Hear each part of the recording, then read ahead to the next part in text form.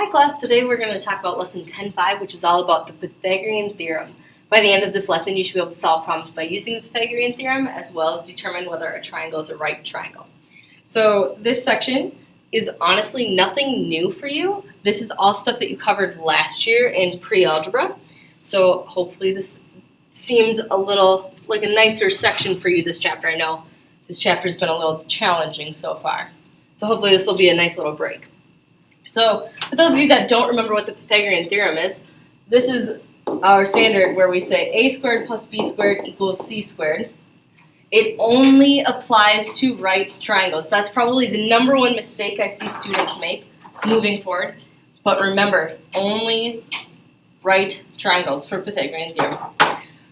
If we look at the picture of the triangle, the A, I don't know what I'm doing there, the A and the B side lengths are the shorter sides, and then C is the longest side. It's the side that's opposite from your right angle, okay? So C is the longest side, opposite of your right angle. It's called the hypotenuse, okay? So let's do a couple of problems where we find each missing length, okay? Remember, we have a squared plus b squared equals c squared. All right, so we have our two sides, okay? 6 and 8, and then we're missing our hypotenuse. So we have, instead of a squared, I can say 6 squared plus 8 squared equals c squared. So 6 squared is going to give me that 36, 8 squared is going to give me 64, and I know that equals c squared. So then I have 100 on this side equals c squared. In order to undo that square, I take the square root of both sides. Remember, you have a plus or minus whenever you add a square root somewhere. So then we have plus or minus 10 equals c. But if we're talking about the side length of a triangle, we can't have a negative 10 units because you can't have negative distance. So for your answer, you only have to write 10. And then, you should label it units. And that would be your answer. Let's try another one. This time we have our hypotenuse. We have one side length, but we're missing that a value. So we're going to say a squared plus 12 squared equals 16 squared.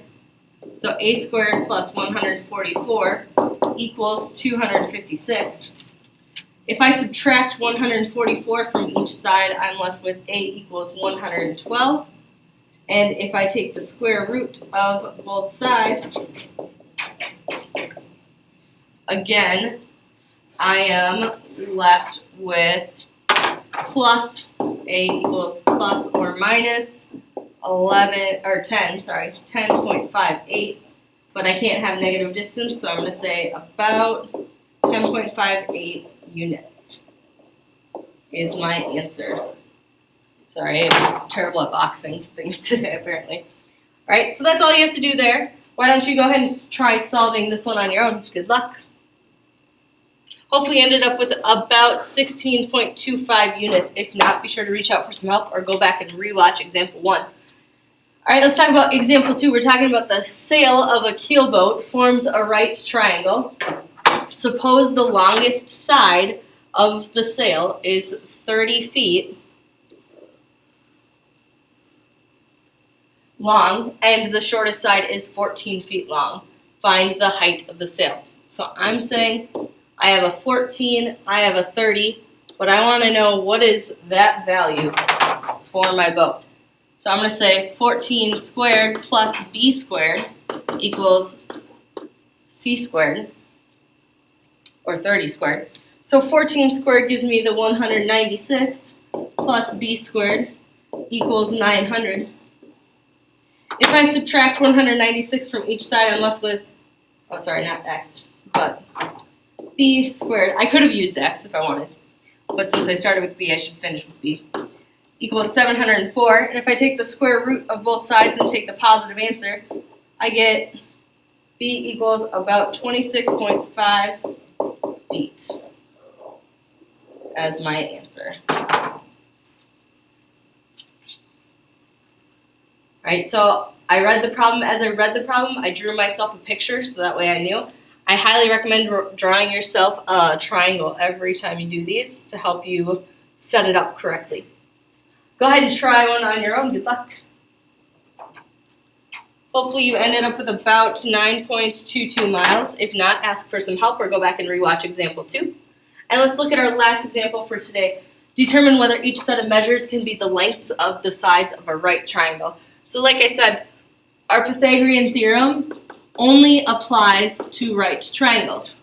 So that means if you plug numbers in and a squared plus b squared does equal c squared, that means it is a right triangle. If a squared plus b squared does not equal c squared, that means it is not a right triangle. So how do we know if we're given a list of numbers which is a, which is b, which is c? A and b are always the two shortest sides, and c is always the longest side. C is always the longest side. Okay? So if we look and we set this one up, I can say 30 squared plus 40 squared would be my a squared plus b squared, or I'd have, 900 plus 1600. So that gives me 2500. And I want to know, does that equal 50 squared? What's 50 squared? 50 squared is 2500. So I know, yes, it is a right triangle. And I would ask to see that work, okay? Let's try our next one. We have 6, 12, and 18. So my longest side is that 18. So I want to know, does the 6 squared plus 12 squared give me 18 squared? So 6 squared gives me that 36 plus 144, which gives me 180. And 18 squared is 324. So since 180 does not equal 324, I'd say, no, it is not a right triangle. And I am done. Why don't you go ahead and try this last one on your own? Good luck. Hopefully you determine that this is in fact a right triangle. If you have any questions on anything from today, please be sure to reach out for some help. I am more than happy to assist you. Have a wonderful evening.